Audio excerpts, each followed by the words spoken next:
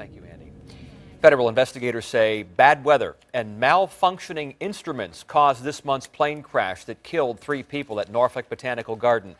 Chopper 10 flew above the wreckage a few hundred yards from one of the runways at Norfolk International Airport. 10 on your side investigator Chris Horne just went through that preliminary report. Chris? And Tom, we had bad weather for flying in the early morning hours of March 4th. Dr. Michael Buxton and 2 friends from the Buffalo, New York area were returning from northern Florida following a trip to Key West. 20 knots of wind gusting to 27, an overcast ceiling at just 200 feet. Well, we're learning more about the communications between Buxton and air traffic controllers. After missing an approach at Suffolk Executive Airport, Buxton got permission to land at Norfolk. Once he started his approach at Norfolk, though, more trouble. Project's at about 1,200 feet. Before that, everything was very easy, but once we get to about 1,200 feet, it's a washing machine.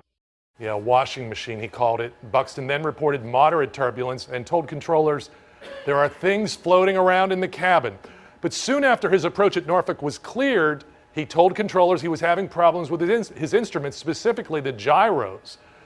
Just before the final approach, he told controllers his airspeed was 105 knots, but a GPS instrument indicated he was flying at only 32 knots. Moments later, Buxton told controllers he had the runway in sight. The plane never sent out any more communications after that. The report also talks about fuel. Buxton said he had a half hour of fuel left about 10 minutes before the crash. At the crash site, the left tank was broken and empty. The right tank had just a trace of fuel. NTSB says there was no evidence of fire either before or after the crash. Buxton's original fuel supply was estimated at 5 hours. The plane crashed about 4 hours, 20 minutes after takeoff. The owner of the plane told us Buxton was an experienced pilot and knew that Mooney 4-seater well. The report went on to say investigators are still examining a few pieces of the equipment they recovered.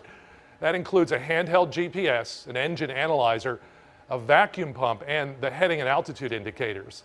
We've posted the entire report from the NTSB on WAVY.com. Just look for the link inside this story. Chris Horne, 10 on your side.